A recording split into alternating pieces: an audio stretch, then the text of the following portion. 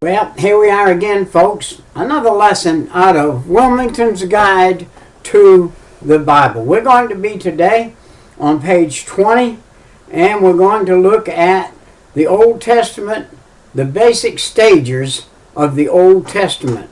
Now remember, in our first segment, we broke down into 12 sections, 12 parts of what the Bible was going to be like. And this is in the first section of what the Bible is going to be like.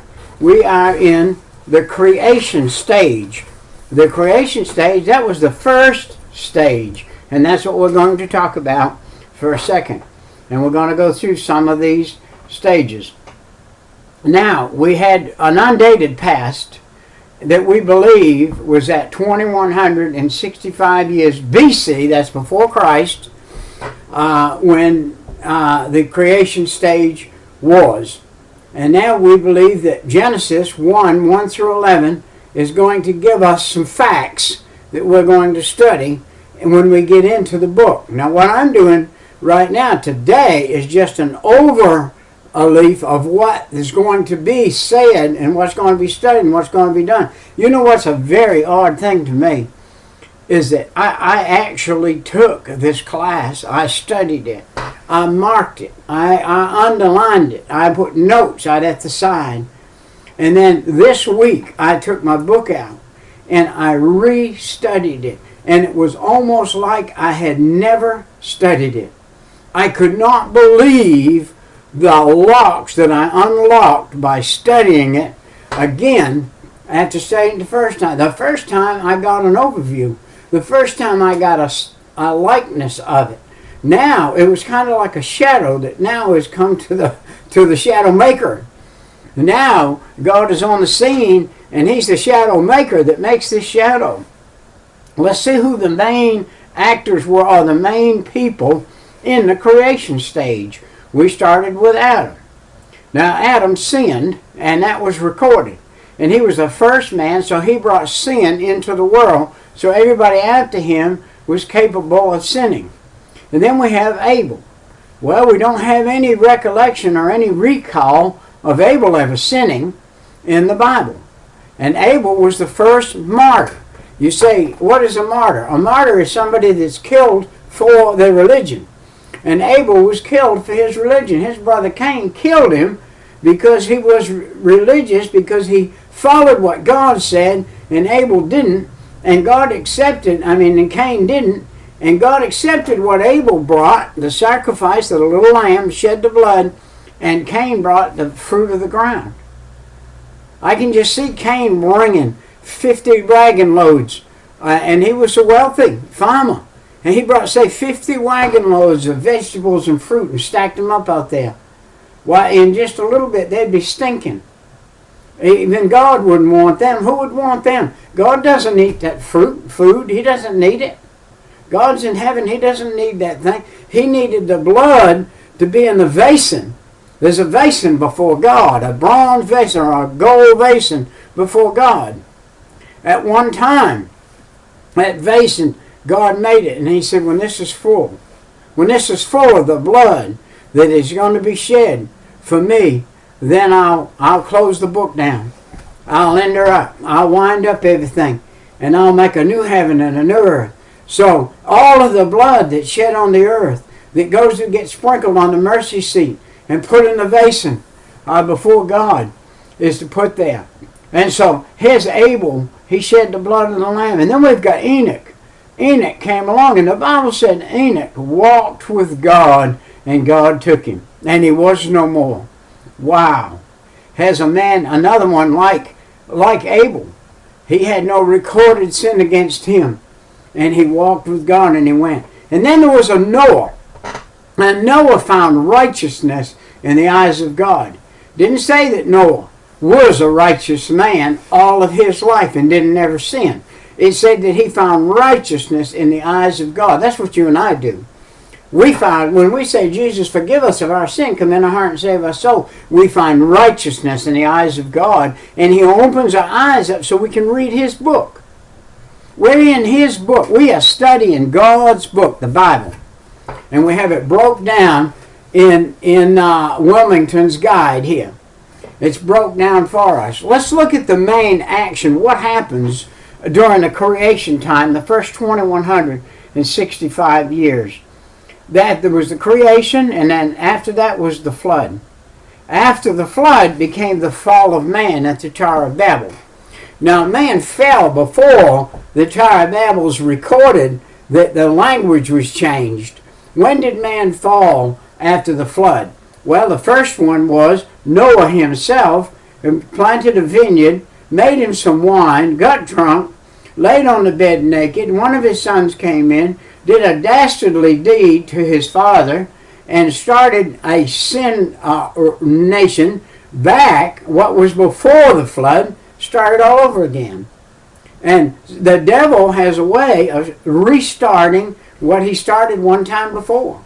He'll start it somewhere else. The exact same thing. He's only got 3 tricks, you know. And those 3 tricks are going to be started over and over again. And that's what he does. He uses those tricks. Well, anyway, at the Tower of Babel, everybody spoke the same language. And by the way, we noticed that in different periods and different times, God said, well, I think I'll go take a look. In other words, he's not particularly looking at this section of the earth, or may not even be looking at this earth at all.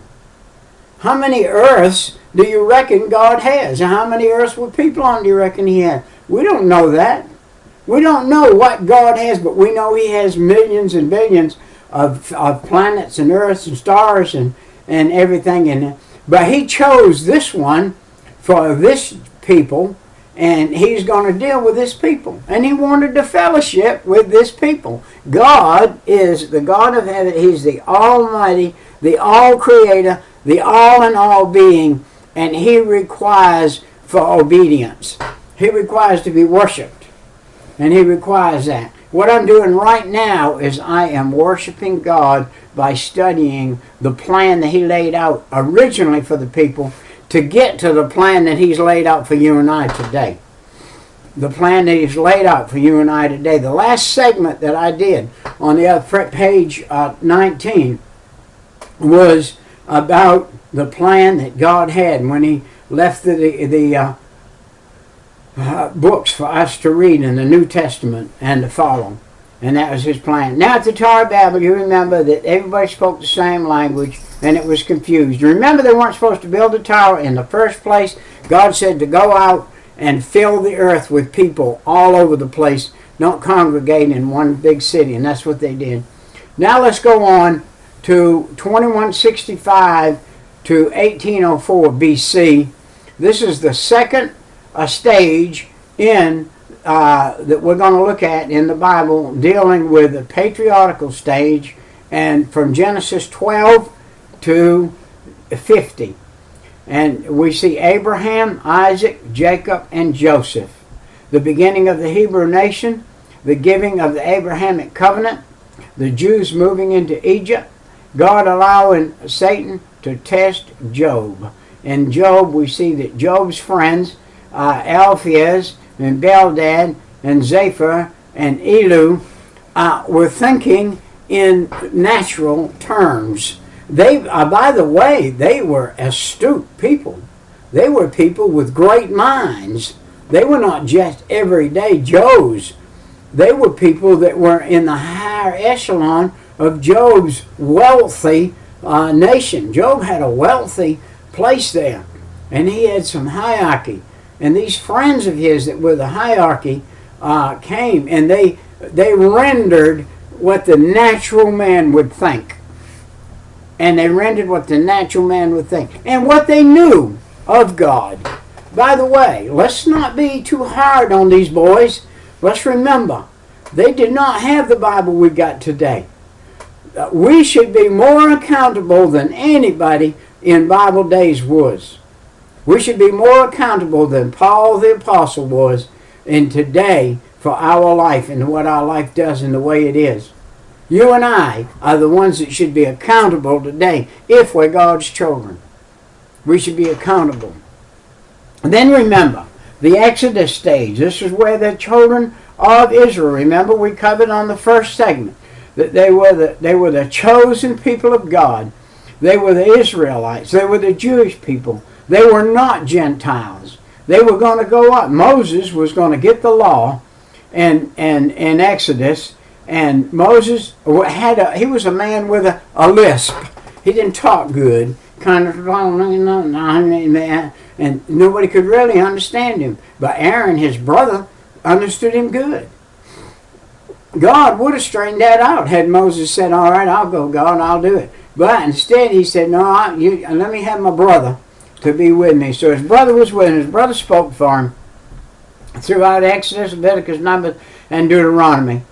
Now we had Moses and Aaron. We had Miriam and Eleazar. And we had Korah, Balaam, and Phinehas. By the way, as you take and you study God, and you study the Bible, and you study these lessons, and you study these things, learn how to pronounce these names. You say, well, boy, that's hard names. They're not hard if you learn Bible talk. Learn Bible names. Write down Bible words. I write pages. I've got writings of pages of writing just Bible words. I looked at them, read them, and wrote them down and tried to decipher what they were. And I'm a man with a between a 4th and 8th grade education. Deliverance from Egypt. They were delivered from Egypt and the bondage they were under. The building of the tabernacle, the giving of the law, the failure at Kadesh Barnea. You say, Brother Peter, you are actually saying the same thing you said from page 19 in the sense of the word.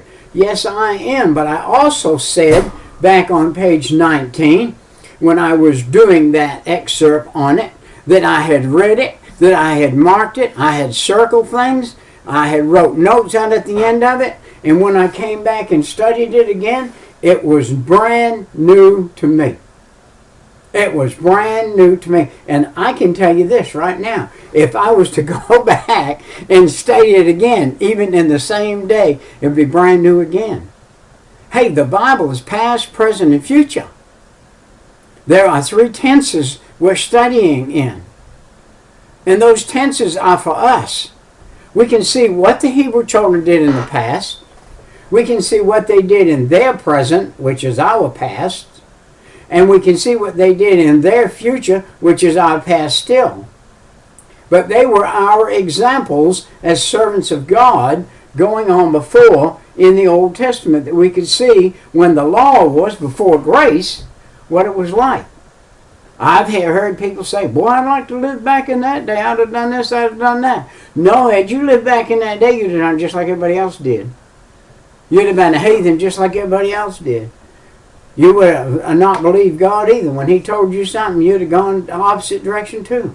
You'd have done the same thing those people did. Let's look at the Judges stage, which is from 1382 to 1043 BC. Do you notice that instead of getting higher in dates, we're getting lower? Because we're not talking after creation, we're talking before Christ. BC is before Christ. We're talking before Christ. Everything in the Old Testament points to Christ. Everything points to Christ. After day 1, in Genesis 3 and 15, after that, chapter 3 and verse 15, every single date points towards Christ. Goes towards Christ after that. Going toward the cross. By the way, the cross, I had a Jewish man tell me something. I was standing there talking with him, and he didn't believe me, and he didn't believe in Jesus, but he did say this about him. He said there must have been something about the man. They set the calendar on him. Yeah, they did.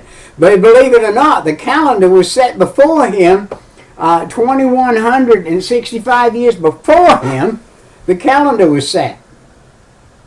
And it went to the calendar, and then from him after the calendar.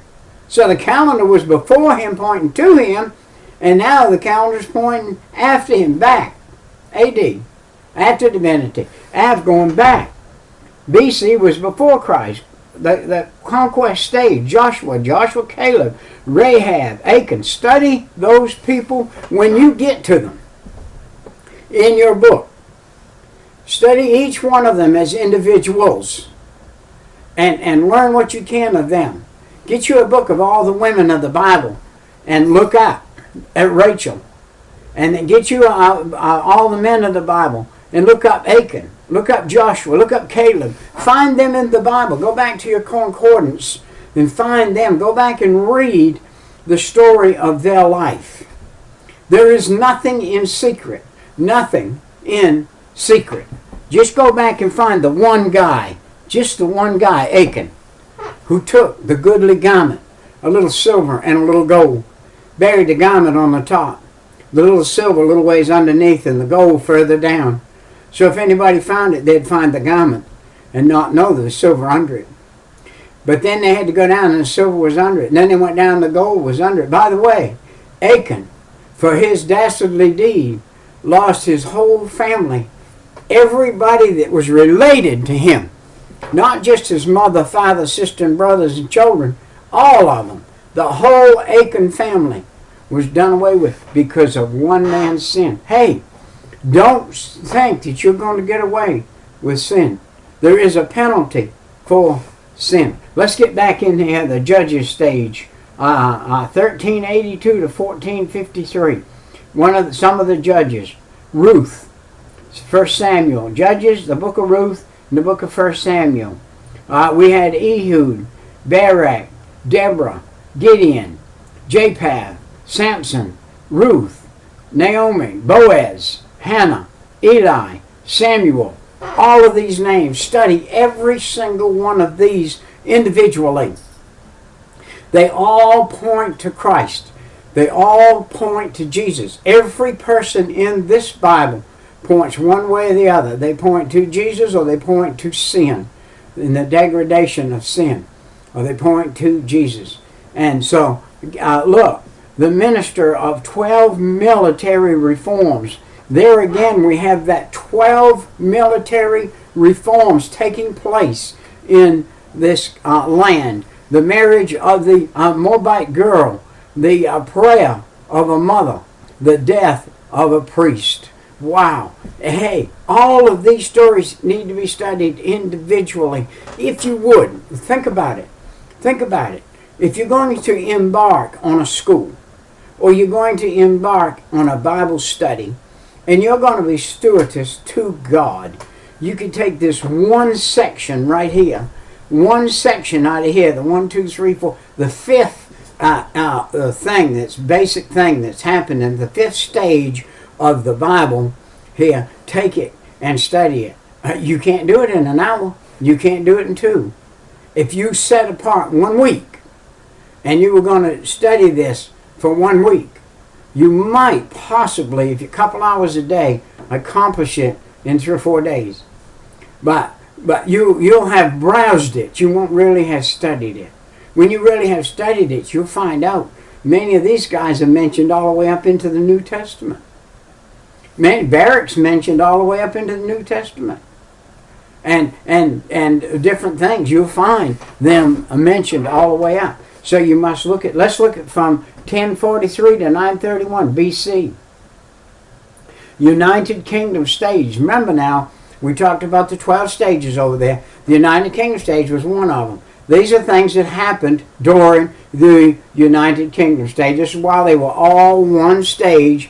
They were all people going one way. Moses had looked down through the valley, and God had said, all of this land I'm going to give you where you put your foot.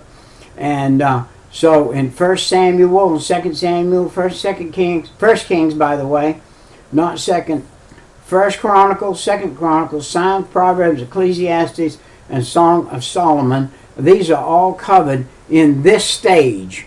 Now in this stage, Saul, David, Solomon, Jacob, Abner, Absalom, Goliath, Zadok, Bathsheba, the witch of Endor is in here, Nathan, Jonathan, and the Queen of Sheba. Just think. Woo-wee! What a study. What a study. I read those names, and you know, as I read those names, I have flashing behind me what they did. Why? I've studied those individuals. I've studied them one individually, one behind the other. When I say Saul, I know about Saul, all of his dastardly deeds and his good deeds. When you say David, I know David. I know him. When I get to heaven, he's going to know me. I'm going to know him. I know all about him. Solomon, I know about Solomon. Why? I have studied Solomon in depth.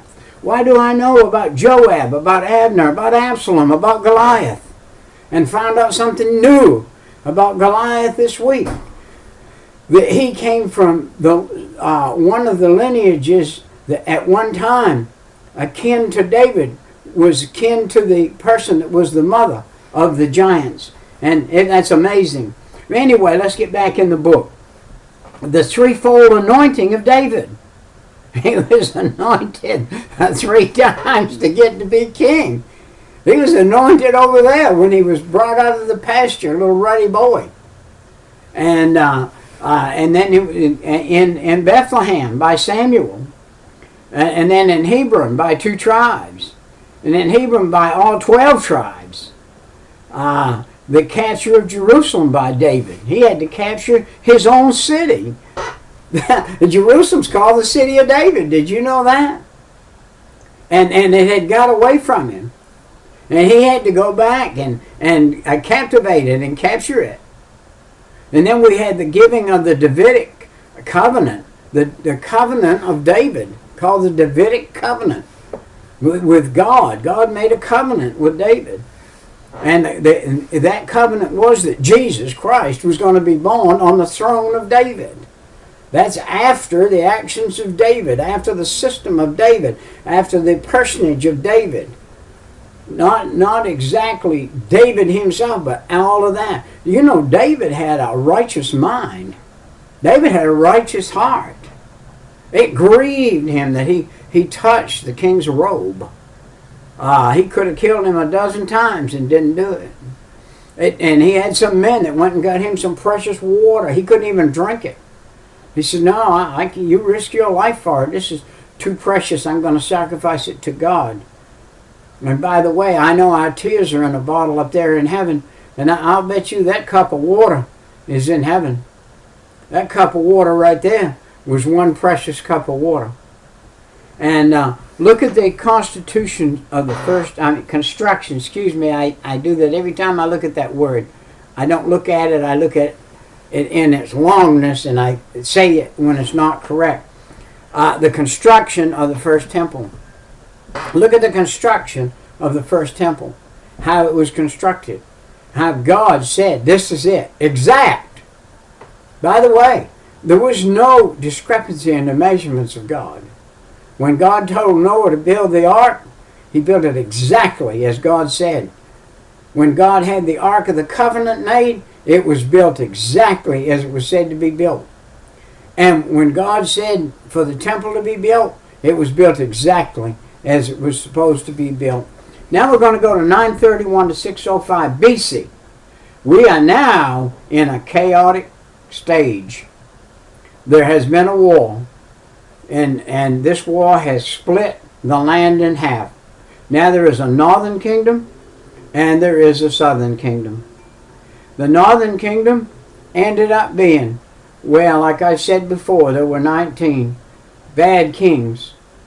And we're in 1 Kings 12 and 22. You can start reading about that. The northern kingdom with Jeroboam, Omri, Ahab, Jehu, Jeroboam II, and Hosea. And the southern kings was Rehoboam, Asa, Jehoshaphat, Uzziah, Ahaz, Hezekiah, Manasseh, Josiah, Jehoiakim, and Zedekiah. Now, the oral prophets, that was these that spoke orally. And by the way, what they spoke orally was penned down for you and I in the book. Now, these that spoke orally were Elijah, Micah, Elisha, and there were various figures, Jezebel, Nahum. There were others that spoke words, but they weren't the same as the prophets of God. And Amaziah, there was Gomer, Jezreel, Loramah, and Loami. And these words mean something. By the way, every single name you read here, every name, if you'll go back, get you all the women and all the men of the Bible, or all the people of the Bible, every single name that's in here has a meaning. It wasn't just a thrown out given name, just thrown out to the person. It had a meaning. And the meaning was whatever it says in there. There's Obadiah, Joel, Jonah, Amos, Hosea, Isaiah, Micah, and Nahum. The books that were written during this period of Israel. By the way, Zephaniah, Jeremiah, Habakkuk, and Lamentations is part of that group. Baruch, Gideon, Ishmael, Joanna, and the capture of the southern kingdom by the Babylonians. The Babylonians took over the southern kingdom. You know, God moved his hand back sometimes. Now, they were in the captivity stage. Daniel and Ezekiel were in that stage. Remember that? And then we had the return stage where God allowed them to return and get back over into where they needed to be. And they were put all back. All 12 tribes, well, 11 and a half tribes, were put back together. Do you remember that the tribe of Judah, the tribe of Levi, they were priests and helpers of priests. And Judah was not given a piece of land. They were put in the center. And they were to do the priestly deeds and whatnot. And they didn't need a land. By the way, they were the most prosperous people of all of the tribes, if you want to look at it this way. That everything had to be brought to them. All the sacrifice had to be brought to them, and there was more than enough food there for them. And the New Testament stage comes in here in a couple minutes. And we're going to not get into that right now. We're still in the captivity stage. Let's look when they returned. There was Ezra, Esther, Nehemiah, Haggai, Zechariah, and Malachi were in this stage. Cyrus, Joshua, Zerubbabel, Ezra, Azarias, Esther, Mordecai, Haman, Nehemiah, Artaxerxes, Sanballat, and the degree of Cyrus. The constitution of the second temple, construction, of the second temple.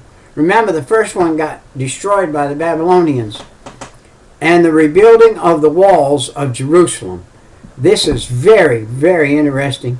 If you will study the building of the wall, rebuilding of the walls of Jerusalem, and how Nehemiah came and completed that job that had been others attempt what Nehemiah did with the help of God. In the flesh, you and I get a picture here. In the flesh, you can really accomplish nothing much that would attribute to God. But in the spirit, using the flesh, you can accomplish a lot.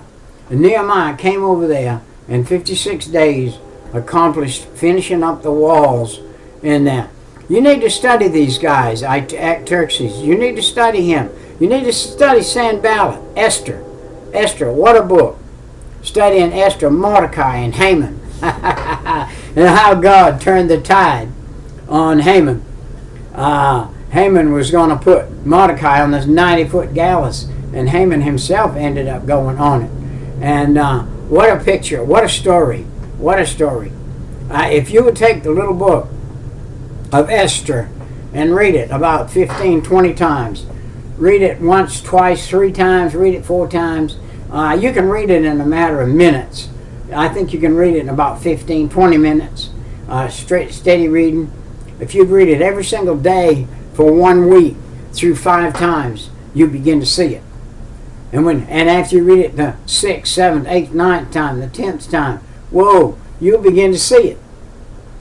You'll begin to see how God works and how it prophesied the coming of Jesus, how everything in the Bible points to Jesus coming, how the whole story breaks down to seeing the life of Jesus and how he's hated by the devil and how things happened and how he went to the cross for you and I and shed his life for our sin that you and I could go to heaven. And isn't that wonderful? Our time's come and gone. See you next time. This is Brother Peter with tidbits from the Word, doing an excerpt out of Wilmington's